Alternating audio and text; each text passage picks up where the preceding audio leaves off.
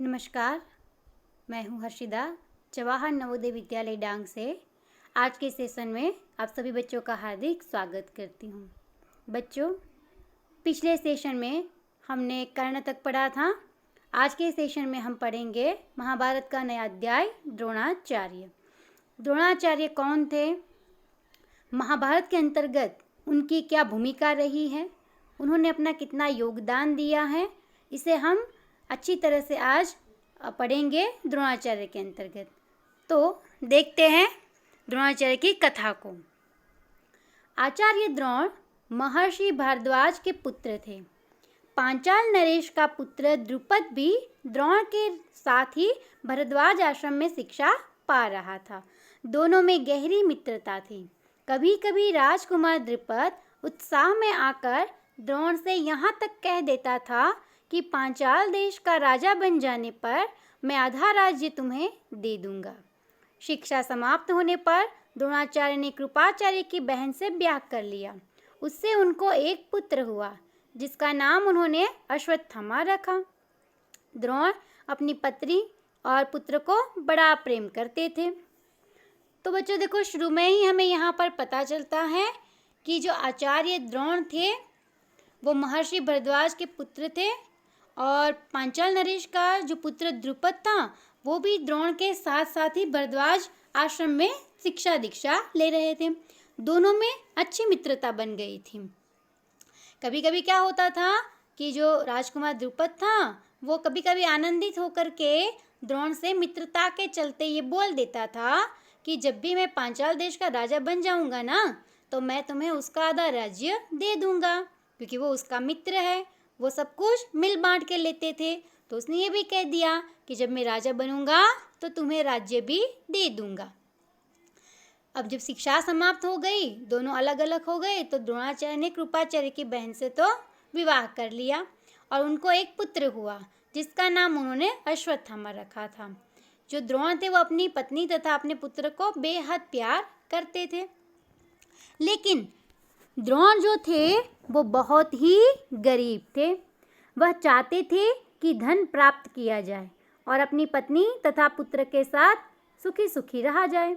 उन्हें खबर लगी कि परशुराम अपनी सारी संपत्ति गरीब ब्राह्मणों को बांट रहे हैं, तो भागे भागे उनके पास गए। लेकिन उनके पहुंचने तक परशुराम अपनी सारी संपत्ति वितरित कर चुके थे और वनगमन की तैयारी कर रहे थे। द्रोण को देखकर बोले, ब्राह्मण श्रेष्ठ, आपका स्वागत है, पर मेरे पास जो कुछ था वह मैं बांट चुका हूँ। अब यह मेरा शरीर और धनुर्विद्या ही है। बताइए मैं आपके लिए क्या करूँ? द्रुपद और जो द्रोण थे उनमें जो द्रोण थे वो बहुत ही गरीब थे। उनके पास कोई मिल्कियत या संपत्ति नहीं थी। अब वो चाहते तो थे कि उन्हें धन कहीं ना कहीं से मिले। तो जब उन्हें पता चला कि परशुराम जी हैं वो अपनी सारी संपत्ति, अपनी जो भी मिल्कत है वो ब्राह्मणों में बांट रहे हैं, तो वो दौड़े दौड़े उनके पास गए। क्यों गए? संपत्ति लेने के लिए, उनसे कुछ भिक्षा लेने के लिए गए। लेकिन जब तक वे वहाँ पर पहुँचे तब तक तो परशुराम जी ने अपनी सारी संपत्ति लोगों में बांट दी थी और वो तो वन में जाने की तैयारी कर रहे थे। जब द्रोण को देखा तो उन्होंने कहा कि ब्राह्मण श्रेष्ठ, मैं आपका हार्दिक स्वागत करता हूँ, पर मेरे पास तो जितना कुछ था, जो भी कुछ था, वो तो मैं बांट चुका हूँ। अब तो मेरे पास कुछ नहीं है, केवल मेरा शरीर और एक धनुर्विद्या बची है। आप बताइए मैं आपके लिए क्या कर सकता हूँ, मैं आपकी सेवा कैसे कर सकता हूँ? तब द्रोण ने उनसे सारे अस्त्रों के प्रयोग तथा रहस्य सिखाने की प्रार्थना की। परशुराम ने यह प्रार्थना स्वीकार कर ली और द्रोण को धनुर्विद्या की पूरी शिक्षा दे दी। कुछ समय बाद राजकुमार द्रुपद के पिता का देहावसान हो गया और द्रुपद राजगद्दी पर बैठा। द्रोणाचार्य को जब द्रुपद के पांचाल देश की राजगद्दी पर बैठने की खबर लगी तो यह सुनकर वह बड़े प्रसन्न हुए और राजा द्रुपद से मिलने पांचाल देश को चल पड़े। उन्हें गुरु के आश्रम में द्रुपद की लड़कपन में की गई बातचीत याद थी। सोचा यदि आधा राज्य न भी देगा तो कम से कम कुछ न कुछ तो धन जरूर ही दे देगा। यह आशा लेकर द्रोणाचार्य राजा द्रुपद के पास पहुँचे और वहाँ जाके बोले, मित्र द्रुपद, मुझे पहचानते हो ना? मैं तुम्हारा बालपन का मित्र द्रोण हूँ। क्या हुआ? जब परशुराम जी के पास गए तो वो भी तो सब कुछ देकर बैठ गए थे, तो उन्होंने क्या किया? उनके पास जितनी भी अस्त्र शस्त्र विद्या थी वो उन्होंने सीख ली। अब परशुराम जी ने उन्हें पूरी सारी जो भी विद्याएं थी वो सिखा दी और वो धनुर्विद्या के श्रेष्ठ शिक्षक बन गए। कुछ समय के पश्चात जो राजकुमार द्रुपद थे, उनके जो पिता थे, उनका देहांत हो गया। अब नियम के अनुसार द्रुपद थे, उन्हें राजा बनाया गया। वो राजगद्दी पर बैठे। द्रोणाचार्य को ये खबर मिली कि द्रुपद राजा बन गया है, तो वो उनसे मिलने के लिए पांचाल को चले गए और रास्ते में उन्हें वो बात भी याद आई जो बचपन के समय में वो एक दूसरे से किया करते थे। जैसे राजा द्रुपद कभी कभी हंसते हंसते बोल देते थे कि जब मैं राजा बनूंगा तो मैं आपको आधा राज्य दे दूंगा। तो मन में ये सोचने लगे कि अब तो वो राजा बन गया है। फिर मन में सोचने लगे कि आधा राज्य भले न दे, हो सकता है थोड़ी बहुत मिल्कत या संपत्ति या थोड़ा बहुत धन तो मुझे दे देगा। वो गए पांचाल देश। वहाँ जाकर द्रुपद से मिले और उनसे कहा कि मित्र द्रुपद, तुम मुझे पहचानते हो ना? मैं तुम्हारा बचपन का मित्र द्रोण हूँ। ऐश्वर्य के मद में मत्त हुए राजा द्रुपद को द्रोणाचार्य का आना बुरा लगा और द्रोण का अपने साथ मित्र का सा व्यवहार करना तो और भी अखरा। वह द्रोण पर गुस्सा हो गया और बोला, ब्राह्मण, तुम्हारा यह व्यवहार सज्जनोचित नहीं है। मुझे मित्र कहकर पुकारने का तुम्हें साहस कैसे हुआ? सिंहासन पर बैठे हुए एक राजा के साथ एक दरिद्र प्रजाजन की मित्रता कभी हुई है? तुम्हारी बुद्धि कितनी कच्ची है। लड़कपन में लाचारी के कारण हम दोनों को जो साथ रहना पड़ा, उसके आधार पर तुम द्रुपद से मित्रता का दावा करने लगे। दरिद्र की धनी के साथ, मूर्ख की विद्वान के साथ और कायर की वीर के साथ मित्रता कहीं हो सकती है? मित्रता बराबरी की हैसियत वालों में ही होती है। जो किसी राज्य का स्वामी न हो, वह राजा का मित्र कभी नहीं हो सकता। द्रुपद की इन कठोर गर्वोक्तियों को सुनकर द्रोणाचार्य बड़े लज्जित हुए और उन्हें क्रोध भी बहुत आया। उन्होंने निश्चय कर लिया कि मैं इस अभिमानी राजा को सबक सिखाऊंगा और बचपन में जो मित्रता की बात हुई थी उसे पूरा करके चैन लूँगा। वह हस्तिनापुर पहुँचे और वहाँ अपनी पत्नी के भाई कृपाचार्य के यहाँ गुप्त रूप से रहने लगे। देखो बच्चों, परिस्थिति बदलती है तो इंसान की नीयत भी बदल जाती है। हाँ, इंसान के विचार बदल जाते हैं, उसकी सोच बदल जाती है। कहाँ जो अपने ये थे, कौन? द्रोणाचार्य, है ना? वो तो ये सोच सोच के खुशी खुशी जा रहे थे कि मेरे मित्र हैं, मैं जाऊंगा तो मेरे स्वागत सत्कार करेंगे, हाँ, मुझे बहुत सारा धन देंगे। लेकिन यहाँ पर तो पूरी की पूरी बात उल्टी हो गई थी। द्रोणाचार्य गए, उन्होंने जब उन्हें याद करवाया कि तुम मुझे पहचानते हो, मैं तुम्हारे बचपन का मित्र हूँ, तो द्रुपद तो उस समय बहुत घमंडी, अहंकारी और अभिमानी बन गया था। उसे तो पहले द्रोणाचार्य की बात ही पसंद नहीं आई। जैसे उन्होंने मित्र कह के उसको पुकारा, उसे बिल्कुल पसंद नहीं आया। उसने मुंह पे कह दिया कि तुम्हें याद रखना चाहिए कि कभी मूर्ख की विद्वान के साथ, राजा की दरिद्र प्रजा के साथ कभी मित्रता हो सकती है। मित्रता तो बराबरी वालों के बीच में होती है। और तुम्हारा और मेरा तो कहीं मेल दूर दूर तक नहीं हो रहा है। और वो जो बचपन की बात थी वो तो मैंने यूं ही लड़कपन में, बचपन में मैंने यूं ही हंसते हंसते कह दी होगी, तुम तो उसे मन में ठान कर बैठ गए। तो क्या हुआ, जब ये सब बातें द्रोणाचार्य ने सुनी द्रुपद के मुंह से, तो उन्हें बहुत शर्मिंदगी महसूस हुई। उनका अपमान हुआ, भारी अपमान हुआ। तो वो तो ये सब कुछ सहन नहीं कर पाए और वो तो बहुत ही क्रोध में, आवेश में आ गए और उन्होंने मन ही मन में निर्णय कर लिया कि मैं इस अभिमानी राजा को अवश्य सबक सिखाऊंगा। उसने जो कहा था उसे मैं सिद्ध करके दिखाऊंगा और उसकी बात को मैं पूरा करके ही दम लूँगा। ये सोच करके वो हस्तिनापुर वापस लौट आए। कौन? द्रोणाचार्य। और अपनी पत्नी जो थी, उनके भाई कृपाचार्य के वहाँ वो गुप्त रूप से रहने लगे थे। एक रोज़ हस्तिनापुर के राजकुमार नगर से बाहर कहीं गेंद खेल रहे थे कि इतने में उनकी गेंद एक कुएं में जाकर गिरी। युधिष्ठिर उसको निकालने का प्रयास करने लगे तो उनकी अंगूठी भी कुएं में गिर पड़ी। सभी राजकुमार कुएं के चारों ओर झांक झांक कर देखने लगे, पर उसे निकालने का उपाय उनको नहीं सूझता था। एक कृष्ण वर्ण का ब्राह्मण मुस्कुराता हुआ ये सब चुपचाप देख रहा था। राजकुमार को उसका पता भी नहीं था। राजकुमारों को अचरज में डालता हुआ वह बोला, राजकुमारों बोलो, मैं गेंद निकाल दूं तो तुम मुझे क्या दोगे? एक दिन की बात है, जैसे द्रोण भी तो हस्तिनापुर में रहते थे। तो एक दिन क्या हुआ, सभी राजकुमार नगर के बाहर गेंद खेल रहे थे। वो खेल खेल रहे थे कि इतने में क्या हुआ, उनकी गेंद जो थी वो एक कुएं में गिर पड़ी। अब युधिष्ठिर जो थे उसको निकालने का प्रयास कर रहे थे।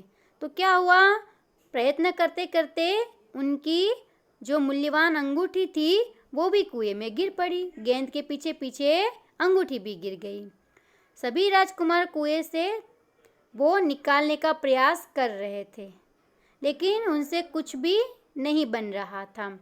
उस समय एक व्यक्ति थोड़ा दूर से मुस्कुराता हुआ ये सब कुछ देख रहा था और ये राजकुमार जो थे उनको बिल्कुल पता नहीं था कि वो उसे देख रहा है।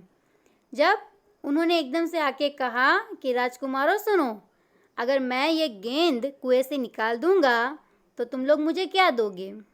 तो उत्तर स्वरूप उन्होंने क्या कहा, ब्राह्मण श्रेष्ठ, आप गेंद निकाल देंगे तो कृपाचार्य के घर आपकी बढ़िया दावत करेंगे।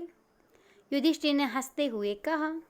तब द्रोणाचार्य ने पास में पड़ी हुई सींक उठा ली और उसे पानी में फेंका। सींक गेंद को ऐसे जाकर लगी जैसे तीर, और फिर इस तरह लगातार कई सींकें वे कुएं में डालते गए। सींकें एक दूसरे के सिरे से चिपकती गई। जब आखिरी सींक का सिरा कुएं के बाहर तक पहुंच गया तो द्रोणाचार्य ने उसे पकड़कर खींच लिया और गेंद निकल आई। सब राजकुमार आश्चर्य से ये करतब देख रहे थे।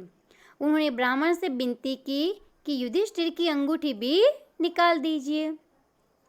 क्या हुआ, जब उन्होंने राजकुमारों से बात रखी कि मैं गेंद निकाल दूंगा, बदले में आप लोग मुझे क्या दोगे, तो युधिष्ठिर ने हंसते हुए कहा कि कृपाचार्य जी के वहाँ आपकी बढ़िया दावत करेंगे, अर्थात आपको भोजन करवाएंगे अच्छा सा। तो द्रोणाचार्य ने पास में पड़ी हुई सींक, जो हल्की सी पतली सी सींक होती है, वो उठा ली और उसे पानी में फेंका। फिर उसके ऊपर दूसरी, उसके ऊपर तीसरी, उसके ऊपर चौथी, ऐसे सींक पर सींक वो जोड़ते गए और उसके सहारे उन्होंने क्या किया, गेंद को बाहर निकाल लिया। ये सब कुछ देखकर राजकुमार बहुत ही आश्चर्यचकित हो गए।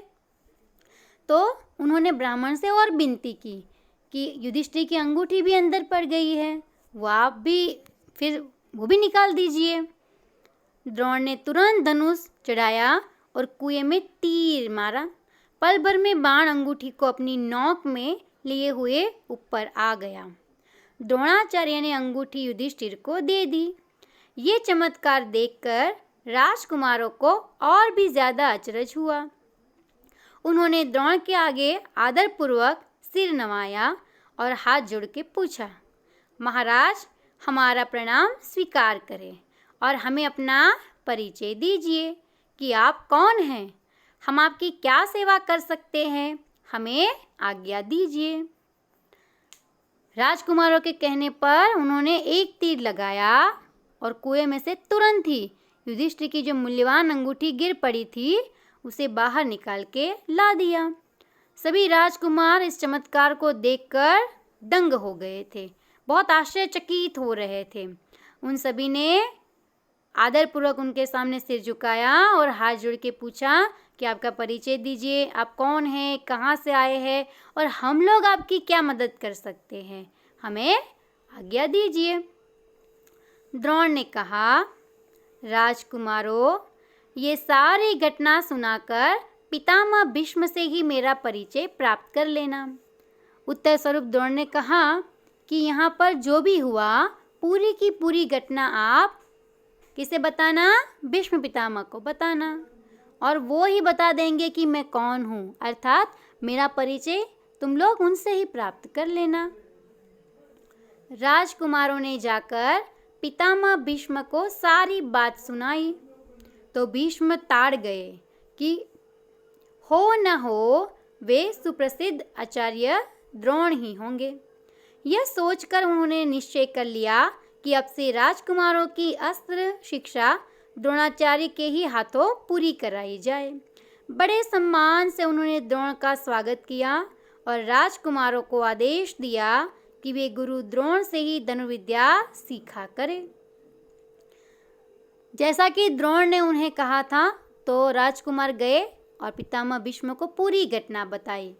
उनकी बात को सुनते ही भीष्म पितामह जान गए कि वो कौन थे, द्रोण थे।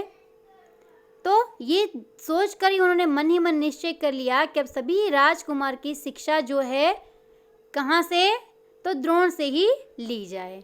ऐसा उन्होंने निर्णय कर लिया और बड़े सम्मान से उन्होंने आचार्य द्रोण को बुलाया और उन्हें गुरु के रूप में प्रस्थापित किया गया और राजकुमारों को भी आदेश दिया गया कि वे गुरु द्रोण से ही शिक्षा प्राप्त करेंगे और धनुर्विद्या भी सीखा करें।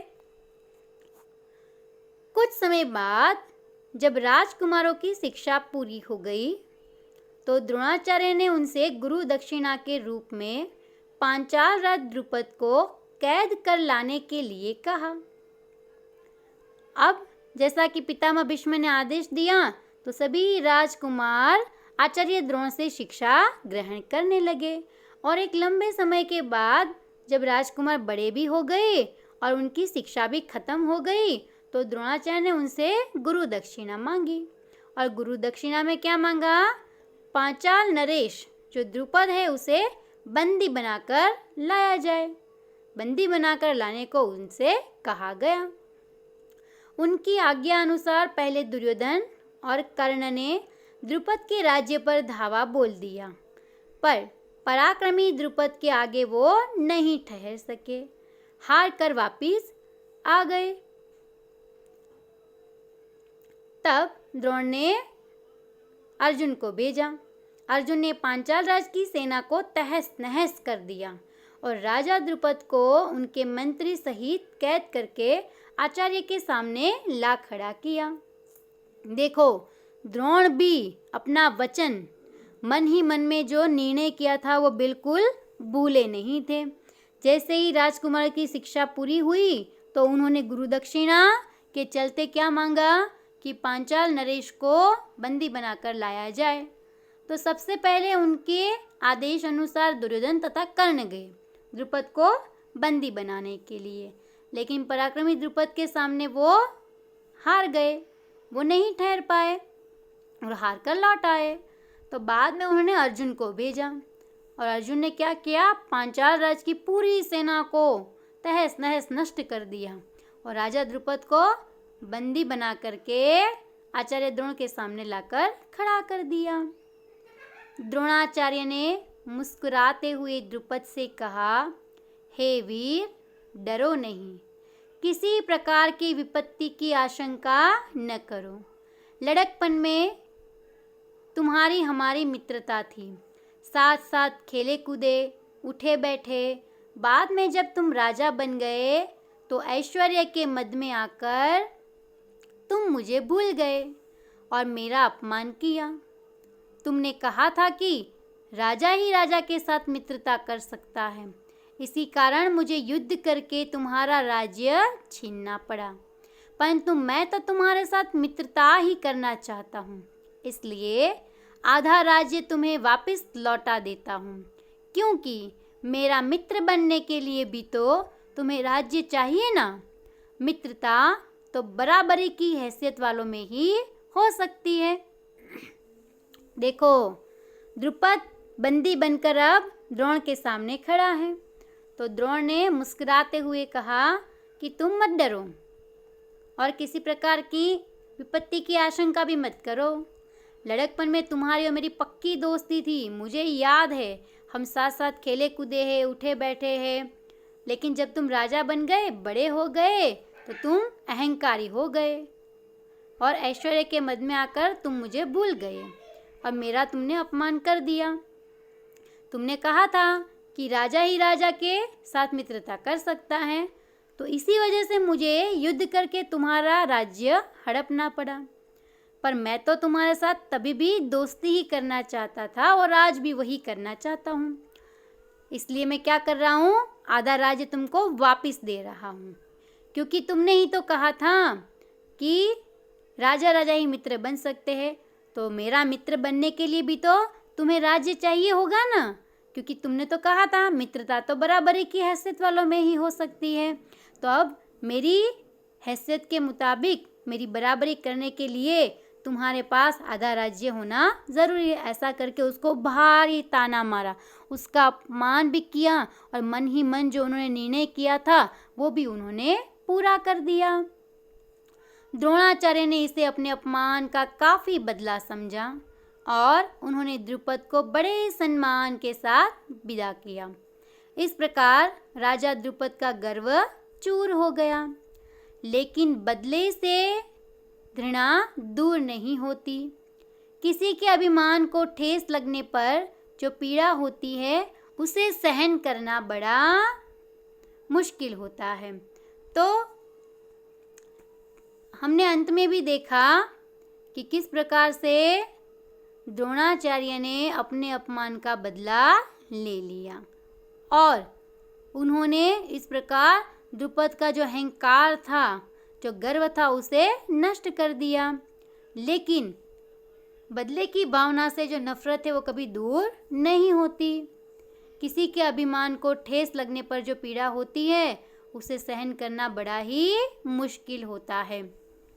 तो इस प्रकार से द्रोण ने अपने जो द्रुपद के द्वारा जो उसका अपमान हुआ था उसका पूरा बदला ले लिया, द्रुपद को बंदी बना करके और उसके राज्य को छीन करके। तो इस प्रकार से आज हमने आज के सेशन में द्रोणाचार्य को देखा। अब इस पाठ से जुड़े हुए कुछ कठिन शब्दों का अभ्यास करते हैं।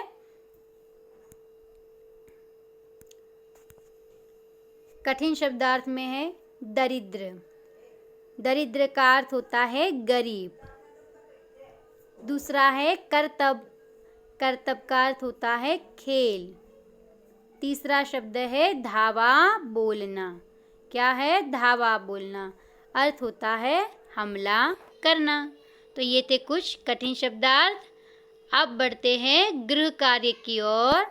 आज के गृह कार्य में आपके लिए जो प्रश्न दिए गए वो इस प्रकार से हैं। पहला प्रश्न, आचार्य द्रोण कौन थे? बचपन में उनकी स्थिति कैसी थी? प्रश्न एक बार फिर से, आचार्य द्रोण कौन थे? बचपन में उनकी स्थिति कैसी थी? दूसरा प्रश्न आपके लिए, द्रोणाचार्य के पुत्र का नाम क्या था? द्रोणाचार्य के पुत्र का नाम क्या था? तीसरा प्रश्न, अंतिम प्रश्न, शिक्षा पूरी होने पर गुरु द्रोणाचार्य ने अर्जुन से गुरु दक्षिणा में क्या मांगा? शिक्षा पूरी होने पर गुरु द्रोणाचार्य ने अर्जुन से गुरु दक्षिणा में क्या मांगा? तो बच्चों, आज के सेशन में हमने आचार्य द्रोण के विषय में पढ़ा और देखा कि किस प्रकार से उन्होंने सभी राजकुमारों को शिक्षा दीक्षा दी, सभी को धनुर्विद्या में और बहुत सारी अन्य विद्याओं में भी निपुण किया था।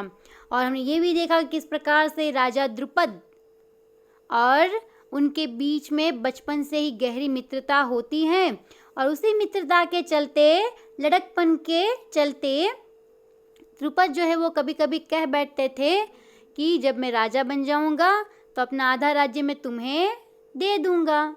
लेकिन जब वास्तविकता सामने आई, जब सही अर्थों में द्रुपद जो है वो पांचाल नरेश बन गए और ये बात जब द्रोण को पता चली तो वो मित्रता के सहारे चलते उनसे मिलने गए, उनसे बातचीत की। लेकिन उस समय द्रुपद तो बहुत ही अहंकारी और अभिमानी हो गए थे।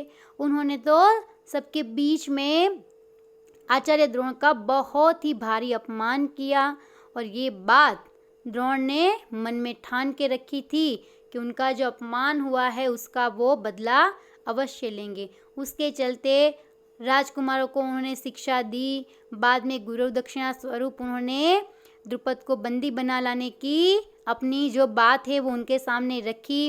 अर्जुन के द्वारा द्रुपद को बंदी बनाया गया और उस समय उनसे बातचीत करके उन्हें आधा राज्य वापस करके आचार्य द्रोण ने अपने हुए अपमान का बदला ले लिया। तो इस प्रकार से आज हमने आचार्य द्रोण के विषय में सीखा।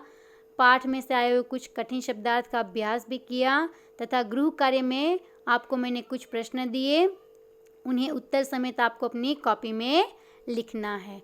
तो आज के सेशन में बस इतना ही। नए सेशन में मिलेंगे, नए सेशन में हमारी भेंट होगी नए अध्याय के साथ। तब तक आप सभी अपने घर में रहे, स्वस्थ तथा सलामत रहे। धन्यवाद।